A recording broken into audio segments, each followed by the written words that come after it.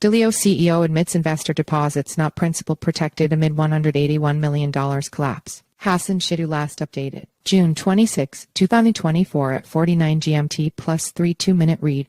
Jeong Sang-ho, CEO of Delio, faced intense scrutiny in the second criminal trial held at the Seoul Southern District Court on June 25, where he said investors' deposits were not principal protected. The trial revolved around the $180 million embezzlement accusation of the South Korean crypto firm. The accusations revolved around Delio guaranteeing the principal of investors' deposits. CEO Jeong Sang-ho refuted the claim and maintained that Delio never promised principal protection and followed regulatory guidelines set by the Financial Intelligence Unit FIU. Delio principal guarantee controversy challenged by investors. Delio initially attracted investments by promising returns of approximately 10% per year on deposits of cryptocurrencies like Bitcoin and Ethereum. In June 2023, the company abruptly halted services without notice, leading to accusations of fraud and embezzlement against Jeong, who allegedly misappropriated around $180 million, $250 billion worth of virtual assets from approximately 2,800 investors. During the trial, as reported by local news, investors challenged Jeong over their deposits' principal guarantee. When questioned by the prosecution, Jeong stated, "We have never promised to guarantee the principal."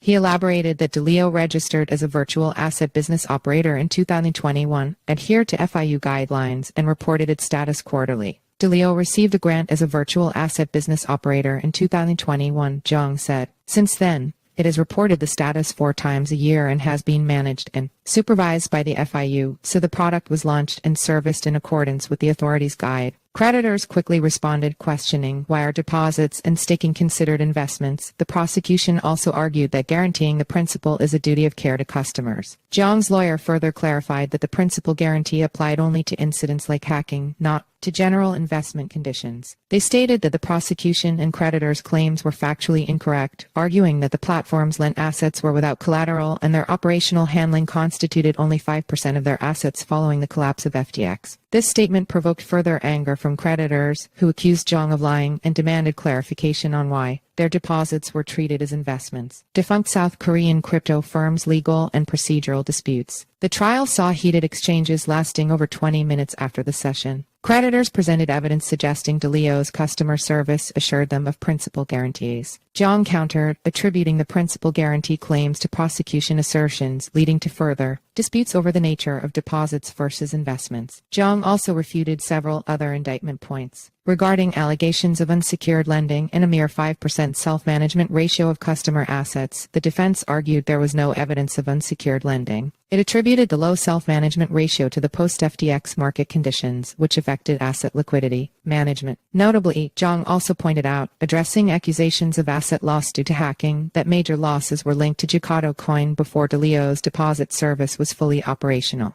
His defense also challenged the prosecution's claims of fraud and misrepresentation related to obtaining Delio's virtual asset business license. Jeong's next trial is set for July 23. The court has requested the prosecution provide a detailed list of evidence and justifications for the gaseous search and seizure legality by the week before the trial date. Follow us on Google News.